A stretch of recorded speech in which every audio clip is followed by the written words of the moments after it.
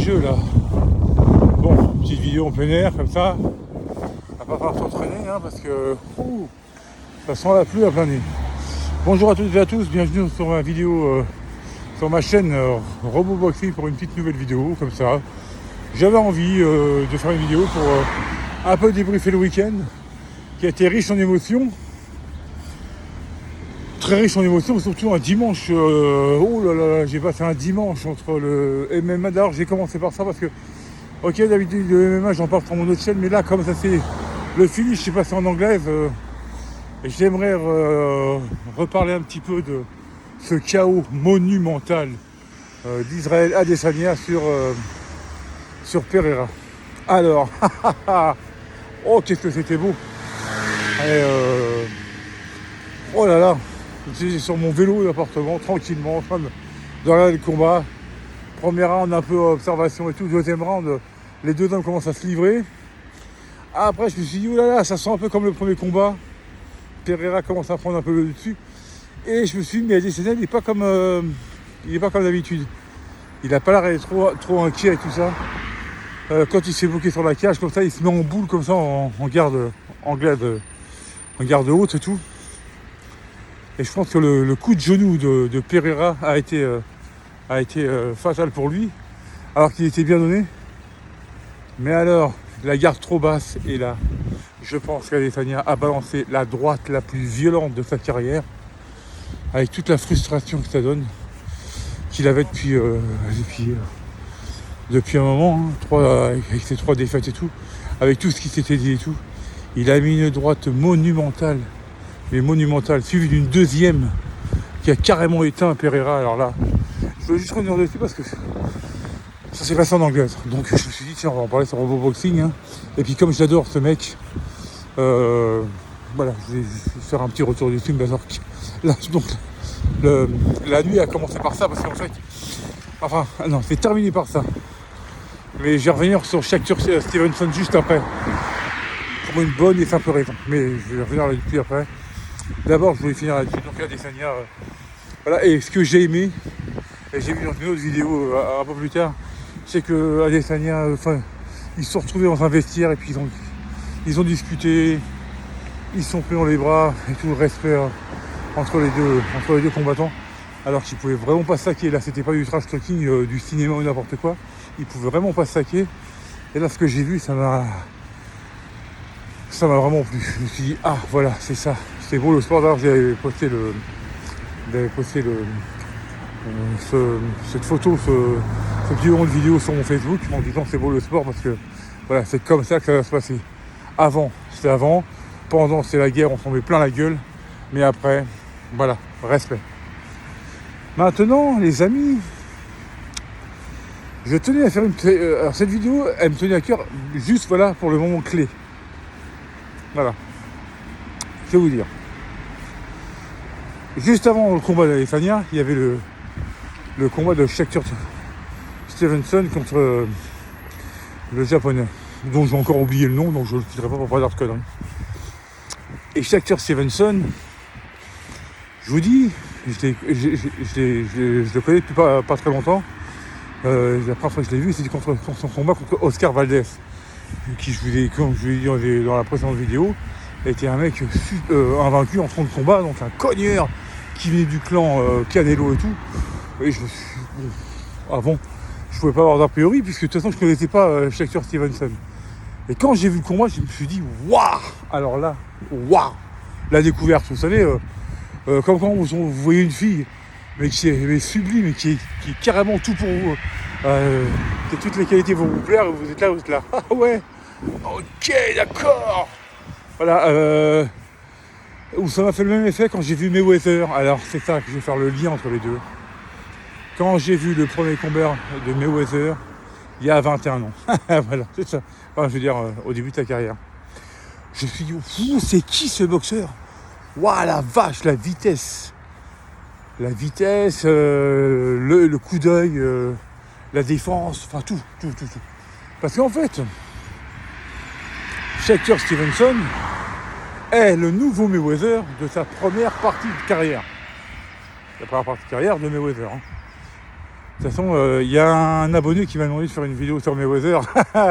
C'est du pas béni parce que bon, de toute façon, comme pour moi, c'est mon boxeur préféré et c'est le meilleur boxeur de tous les temps. De toute façon, 50-0-0.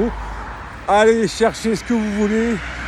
Dites-moi dans les commentaires. Oui, mais alors il a fait que 50 combats. Laissez tomber. Restez bien tranquille. 50-0-0. Il n'y a aucun boxeur au monde qui a fait ça. Voilà, c'est tout. Hein, une petite parenthèse. Hein. C'est juste pour calmer les esprits en disant oui, mais Mayweather, ceci. Non, Mayweather, ceci, Mayweather, cela. Les chiffres sont là. C'est 50-0-0. Il n'y en a aucun qui a fait ça. Et je ne sais même pas s'il y en a un qui fera ça. Ou alors, parce que je serais mort. En ce moment-là, je ne pourrais pas entendre parler. Non, en attendant, c'est comme ça. Maintenant, sur Shakur Stevenson, quand je l'ai vu boxer, donc je l'ai vu boxer donc, le week-end, et la vivacité, et ceci. Et quand j'ai fait mon débrief d'après combat en disant que ce mec-là est trop tout, c'est-à-dire qu'il est au-dessus de tout, comme l'était Mayweather. Il est au-dessus de tout. Le mec, il lutte jamais, hein. Il arrive, bam, il distribue ses coups, vitesse, précision, la défense, nickel. Parce que vous voyez, en plus, encore un autre point commun entre les deux boxeurs, à la fin de son combat, vous avez vu quelque chose sur son visage à Shakur Stevenson? Même pas touché, rien du tout. Que là, pourtant, le japonais, il envoyait du lourd. Hein. Mais le mec avait le visage comme au début du combat. Comme l'avait Mayweather à chaque combat. Voilà, pratiquement. Ça va lui arriver à Shakur Stevenson d'avoir du répondant en face, surtout s'il rencontre un David Haney ou un Gervonta Davis ou n'importe quoi. Bien sûr, d'ailleurs, c'est mes deux favoris. Hein. Parce que Davis, je ne suis pas. Davis, je suis un pro Davis. Hein. Je suis un pro Shakur Stevenson et un pro Davis. Mais enfin, Shakur Stevenson, si on compare à Mayweather, pour moi, c'est mon numéro 2. Enfin, mon numéro 2. Mon nouveau Floyd Mayweather. Voilà. Voilà, je voulais juste voilà, j'ai envie de parler de boxe parce que en fait, ça fait... je suis presque tombé dedans. Hein. Ça fait plus de 40 ans que j'aime la boxe, que j'en ai pratiqué, que j'en parle, je fais chier mes potes et mes amis quand je parle de boxe, on dit ouais mais arrête de parler de boxe, on sait que tu t'y connais. Ok d'accord les potes, ok, oh là, qu'est-ce qu'on va parler hein, de MMA. Non arrête, bon d'accord, bon, reste tranquille, bon d'accord, ok, je reste tranquille. Non mais voilà, c'est pour ça que j'en parle. Là on est en plein air, il n'y a personne, je peux m'exprimer par rapport à mon téléphone et puis vous dire bah ouais, j'aime la boxe moi. Ouais, je crois que j'aime la boxe. Voilà. Sinon, il y en a un deuxième sur qui je voulais faire une petite parenthèse. Ça va encore durer quelques minutes. Oh, Saul Canelo Alvarez. Alors, lui, c'est pareil. Hein. Depuis que Mayweather a arrêté, avant que Shakur Stevenson fasse son apparition, c'était lui. Hein. Je parle dans les catégories hors poids lourd. Parce que le poids lourd, c'est depuis que Tyson a arrêté Holyfield et tout, c'est Deontay Wilder. Mais bon, Canelo Alvarez, c'est pour ça que j'ai tatoué sur mon crâne no boxing, no life, hein, forcément, parce que forcément que pas de boxe, pas de vie. Hein. Moi, si j'avais pas la boxe, s'il n'y avait pas le noblard, surtout le noblard. C'est noble, hein, quand même. Hein. On en parlera plus tard. Ça. Je ferai une vidéo là-dessus en disant.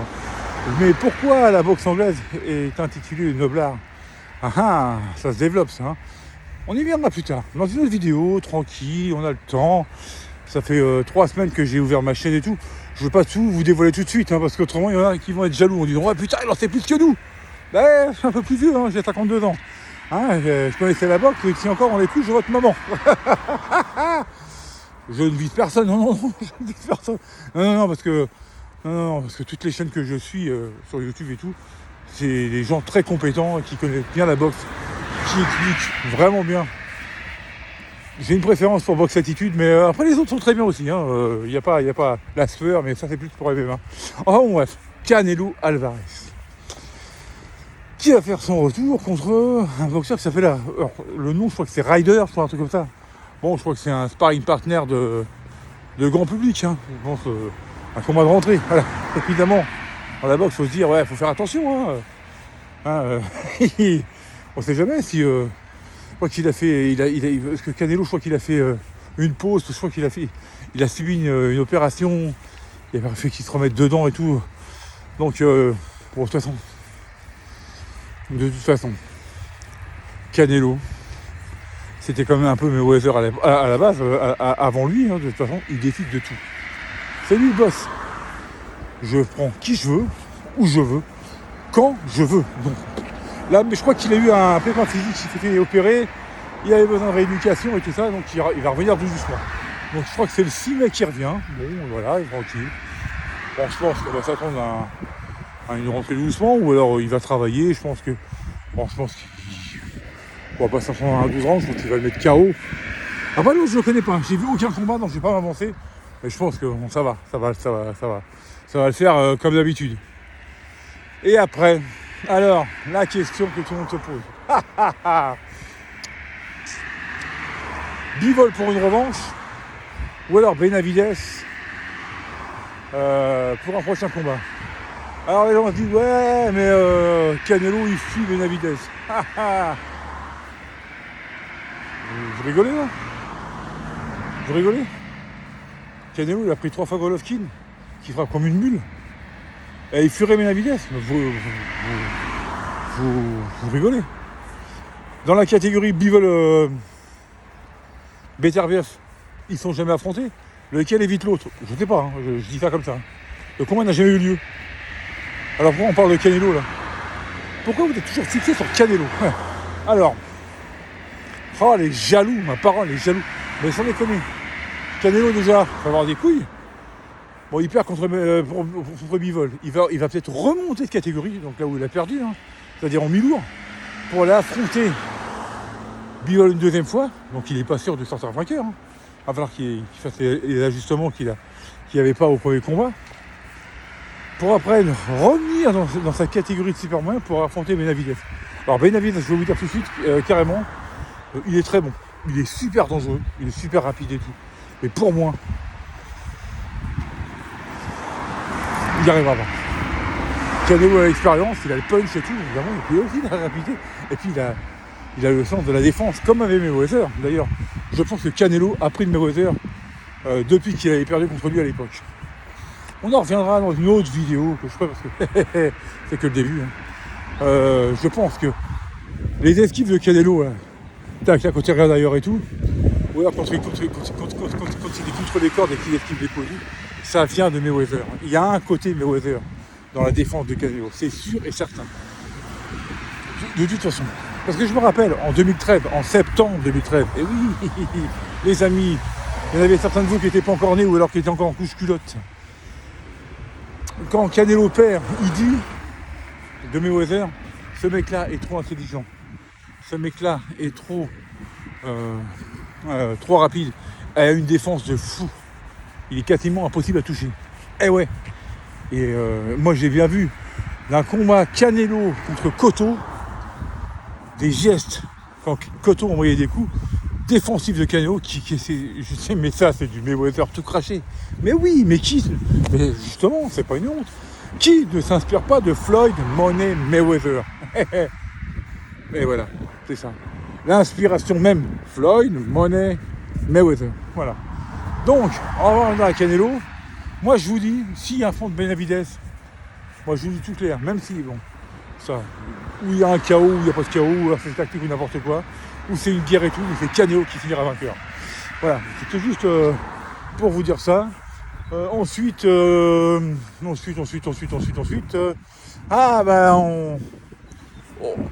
se revoir très vite pour une vidéo sur Gervonta Davis contre Garcia, le Playboy là, le Playboy qui devrait plus faire mannequin que boxeur, enfin bon bref. Non, je charrie, il est très rapide ce petit Ryan Garcia, mais qu'est-ce que vous voulez qu'il fasse contre un Gervonta Davis? Le mec, Gervonta Davis.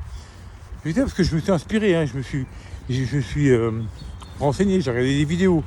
Le môme, Gervonta Davis, quand il était môme, hein, il se levait tôt, pas en direct parce qu'il n'était pas né, hein, mais il regardait des vidéos de Mike Tyson. Quand il mettait des KO à tout le monde. Et puis il avait dit à sa mère, maman, c'est ça que je veux être. Je veux détruire tout le monde, je veux pas boxer pour boxer, je veux boxer pour détruire. Bah, quand vous regardez son parcours, c'est 28 combats, 28 victoires, 26 par KO. Alors Ryan Garcia, c'est 23 combats, 23 victoires. Ok. Mais à mon avis, le petit, il est un peu léger. Et sa gueule de playboy, là, de beau gosse, comme il dans le documentaire. Ouais, ok. Je crois qu'elle va un peu changé après le combat. Alors, à moins qu'on ait un combat fermé, et que tactique, et puis chacun joue sur reste sur ses positions, puis joue à distance, et puis marque des points, je crois pas. Je crois que ça va être un combat ouvert. Mais on en reviendra plus tard dans l'analyse d'avant-combat. Je voulais juste faire une parenthèse, parler un peu de tout ça, parler de boxe, quoi, voilà, tout ça. J'ai un peu tout mélangé, mais on s'en fout. Après tout, du moment qu'on parle de boxe, c'est principal. Donc, puis il fallait que je vide mon sac un peu, parce que j'avais vu, entendu des trucs et tout, je me dis, oh là là, je peux pas laisser passer ça. Il va falloir que j'ouvre ma gueule. Puis moi, quand j'ouvre ma gueule, on reste tranquille, ok. Bon, allez, sur ce, je vous souhaite à toutes et à tous une excellente fin de journée. Joyeuse Pâques à toutes et à tous. Et je vous dis à très bientôt pour une nouvelle vidéo. Allez, salut!